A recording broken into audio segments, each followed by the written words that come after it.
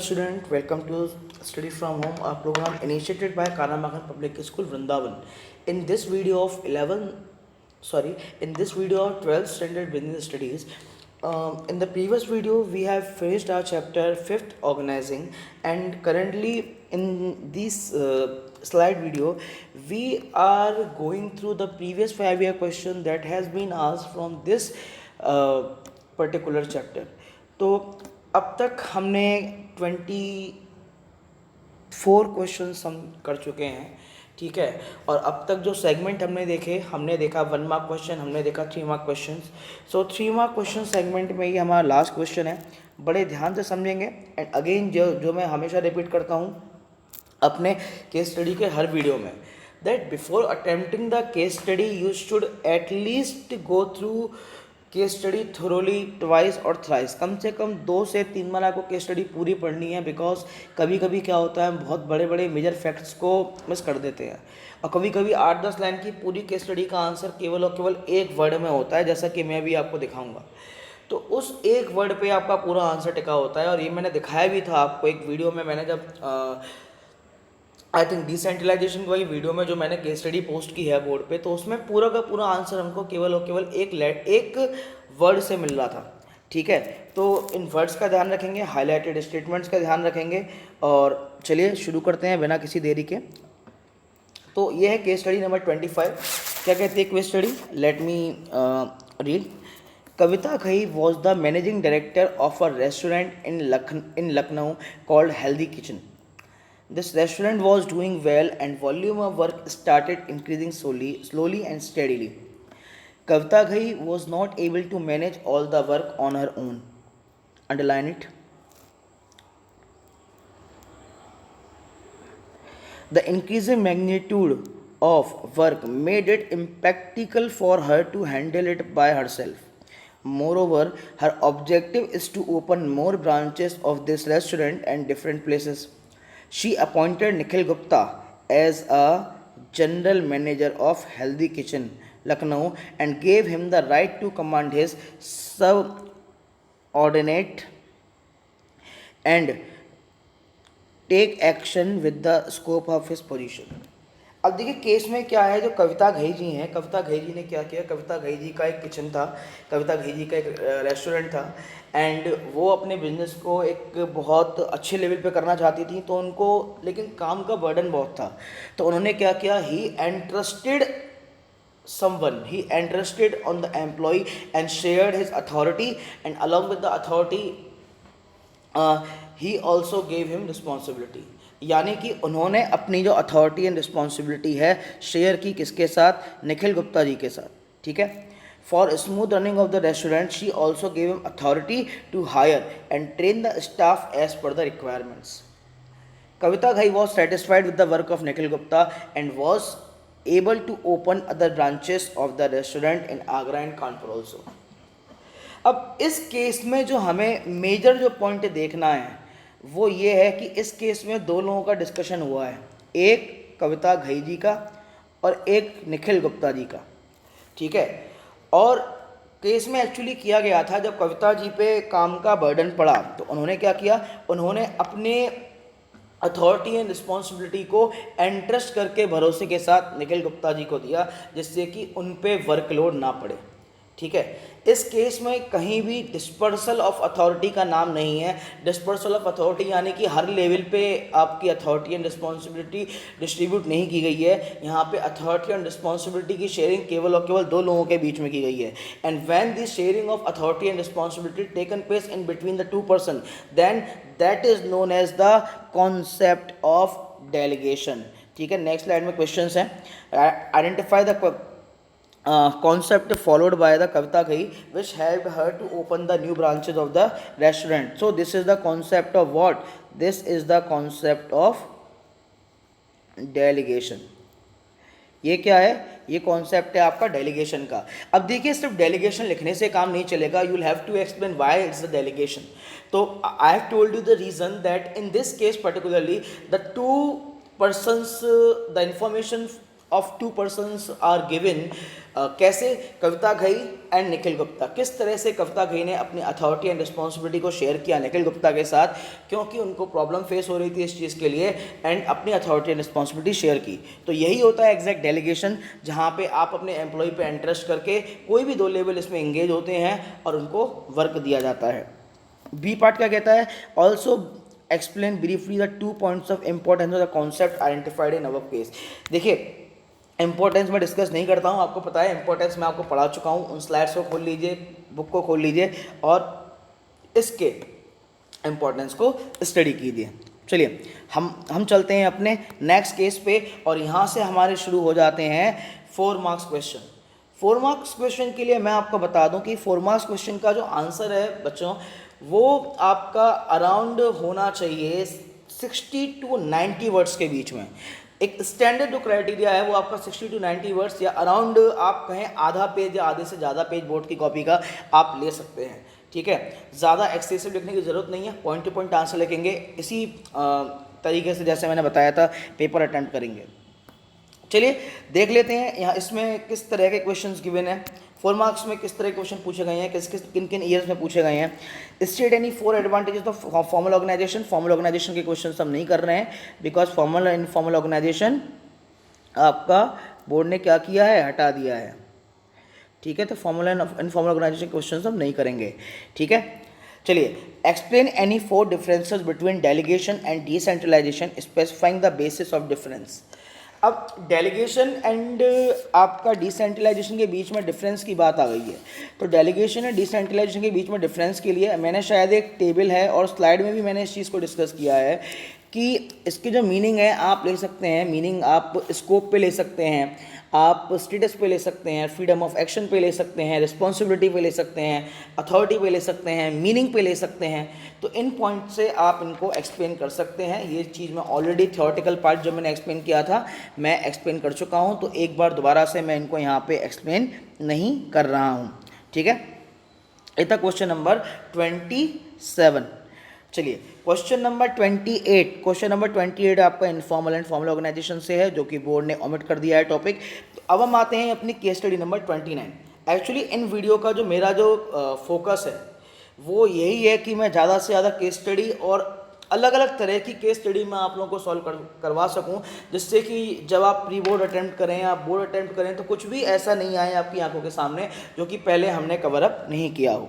ठीक है, तो चलिए let us start with case study number 29।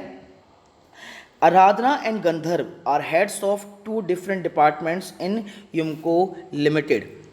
ठीक है, they are efficient managers and are able to motivate the employees of their respective departments to improve performance. इस line को जरा ध्यान से पढ़ेंगे। They are efficient managers and are able to motivate the employees of their respective department to improve performance. However, their drive to excel in their own sphere of activity, instead of giving emphasis on objectives of the enterprise, has hindered the interaction between.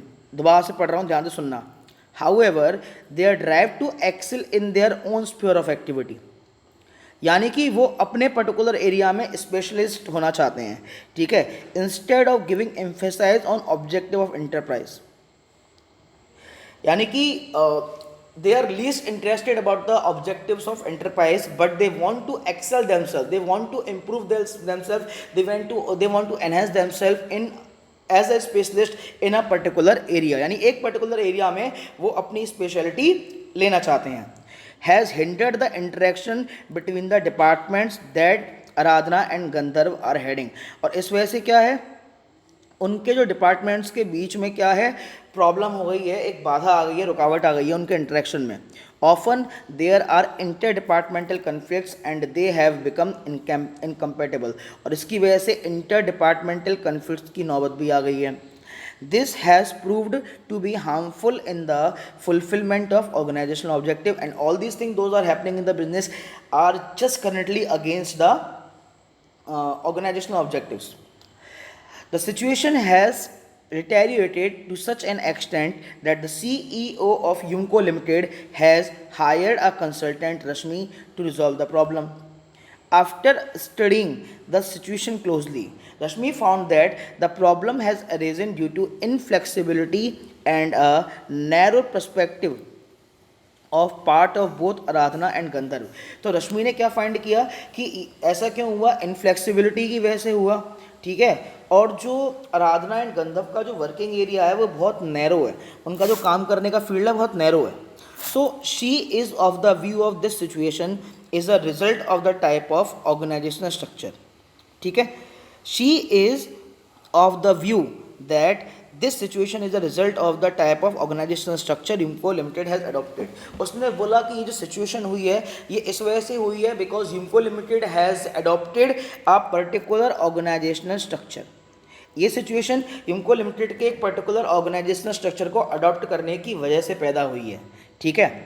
तो question क्या है, from the above information identify the organizational structure adopted by Yumco limited and state any 3 advantages of the structure so identified, ठीक है। चलिए देखिए, सबसे पहले मैंने जो इस केस को समझने से पहले मैं कुछ पॉइंट्स पर हाईलाइट करना चाहूँगा, ठीक है, जो बहुत ज़्यादा इम्पोर्टेंट है। वो ये है, देखिए हमने क्या देखा, सबसे पहले जो इन्फॉर्मेशन हमें इस केस के लिए मिली, मैं मार्कर का कलर चेंज करता हूँ जिससे कि आपको ईजी रहेगा। देखिए सबसे पहले जो इन्फॉर्मेशन हमें मिली क्या, Aradhana and Gandharva head of two different departments respective department में काम कर रहे हैं।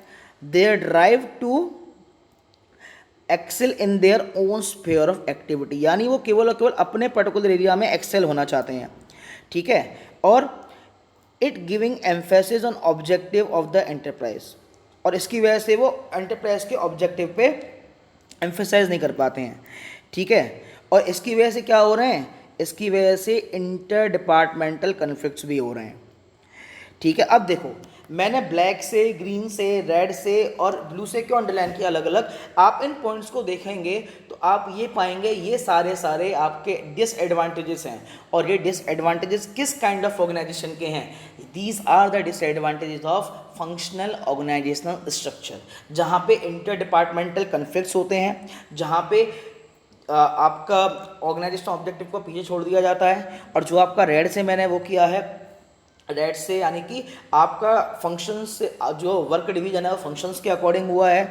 और जो ग्रीन से मैंने यहाँ पे ये एक्सेल वाला पॉइंट किया है, ये आपका बेनिफिट है फंक्शनल ऑर्गेनाइजेशन का कि यहाँ पे एम्प्लॉय केवल एक पर्टिकुलर फील्ड में क्या होता है, आगे बढ़ता है, स्पेशलिस्ट बनता है।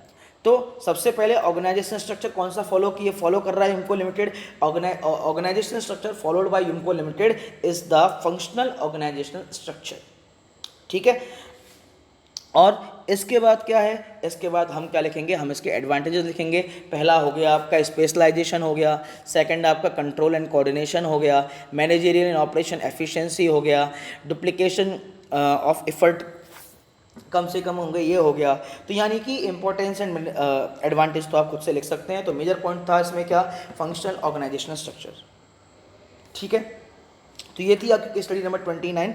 Let's move to case study number 30। Case study number 30 क्या कहती है, देखते हैं।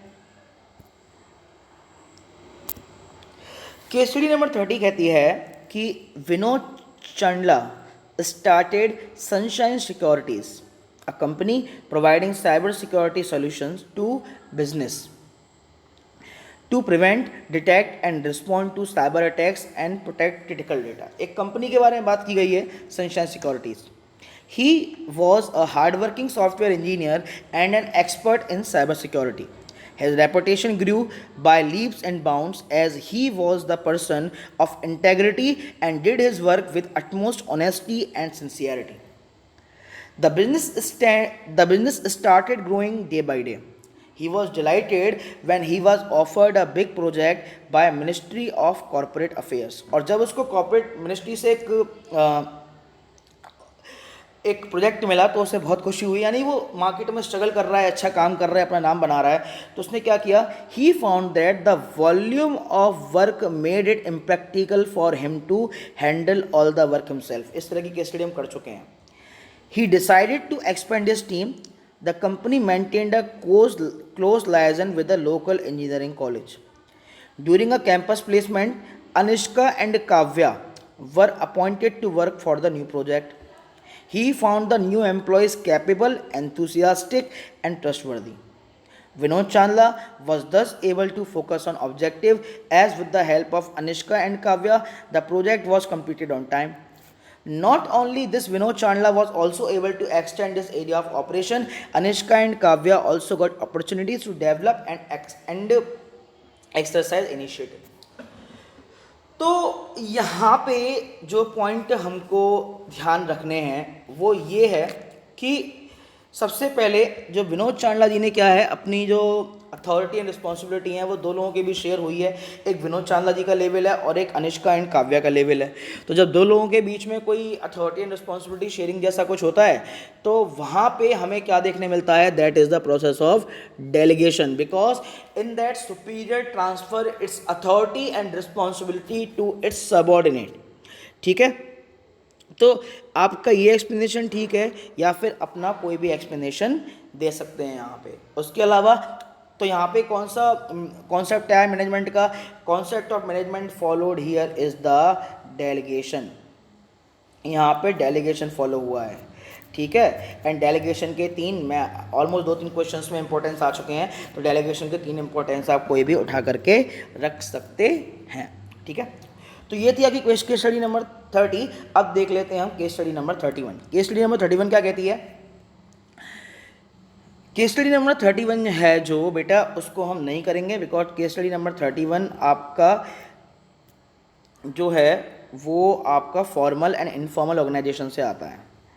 ठीक है, तो we are not going to do case study number 31।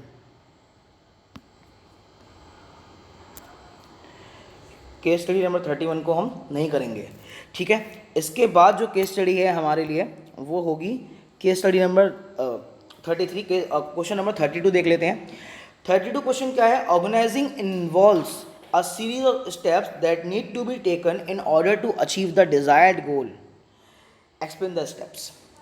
देखिए, ऑर्गेनाइजिंग जब हम करते हैं ना तो उसमें स्टेप्स होते हैं कुछ। ठीक है, प्रोसेस ऑफ ऑर्गेनाइजिंग वो आपको लिखने हैं। उसके अलावा explain any 4 points of importance of organising, theoretical question है, सीधा आप पढ़ के यहाँ पे आंसर दे सकते हैं। ठीक है, मैं जो डिस्कस करूँगा मैं करूँगा इस वीडियो की last case study. One of the question that needs to be answered in the organizing function is at what level are decision made। ठीक है, यानी कि ऑर्गेनाइजिंग में हमेशा एक क्वेश्चन जो रहता है कि डिसीजन किस लेवल पे लेने चाहिए, किस लेवल को लेने चाहिए। Decision making authority in an organization can be pushed down to the lower levels और it may lie with the top management. या डिसीजन मेकिंग ऑर्गेनाइजेशन क्या लोअर लेवल पे पुश कर देनी चाहिए या फिर डिसीजन मेकिंग केवल और केवल आपका टॉप लेवल के हाथों में होना चाहिए। ठीक है, बट ये हमारा कॉन्सेप्ट नहीं है। When an organisation grows in size और कॉम्प्लेक्सिटी, जब एक ऑर्गेनाइजेशन बड़ा होता है या बहुत जटिल हो जाता है अपने साइज की वजह से, there is tendency towards sharing decision making authority with the lower levels. और उस समय क्या है, अथॉरिटी जो है वो लोअर लेवल्स को दी जाती है डिसीजन मेकिंग की। This is because in large organisation employ who are closely involve with certain operation tend to have more knowledge about them than the top management. क्योंकि जब इतने बड़े ऑर्गेनाइजेशन में जो आपका लोअर लेवल का मैनेजमेंट काम कर रहा है तो उनको इन्फॉर्मेशन ज़्यादा होती है उस एरिया की, उस पर्टिकुलर फील्ड की, उस मार्केट की। ठीक है, रादर देन टॉप मैनेजमेंट। तो an important concept of organizing function is discussed above. Identify the concept and state any 3 points of its importance. देखिए, यहाँ पे जो कॉन्सेप्ट शेयर किया गया है डिसीजन मेकिंग शेयरिंग का, ठीक है, from top level to lower level management, यानी कि अथॉरिटी एंड रिस्पॉन्सिबिलिटी शेयर करने का एक dispersal of authority and responsibility. ये एक्चुअली केस नहीं है, इसको हॉट्स बोलते हैं हम, हायर ऑर्डर थिंकिंग स्किल्स। तो जो मेन पॉइंट हमें ध्यान रखने हैं यहाँ पे मैंने अंडरलाइन किया है, organisation can be pushed down to the lower levels और it may lie with the top management. ठीक है, और जब एक ऑर्गेनाइजेशन साइज में बड़ा होता है तो डिसीजन मेकिंग ऑब्वियसली शेयर करनी पड़ती है। देखिए, जब बड़े ऑर्गेनाइजेशंस की बात आती है तो वहाँ पे ये जो कॉन्सेप्ट इम्प्लाई होगा, यहाँ पे इम्प्लाई होगा कॉन्सेप्ट ऑफ डिसेंट्रलाइजेशन।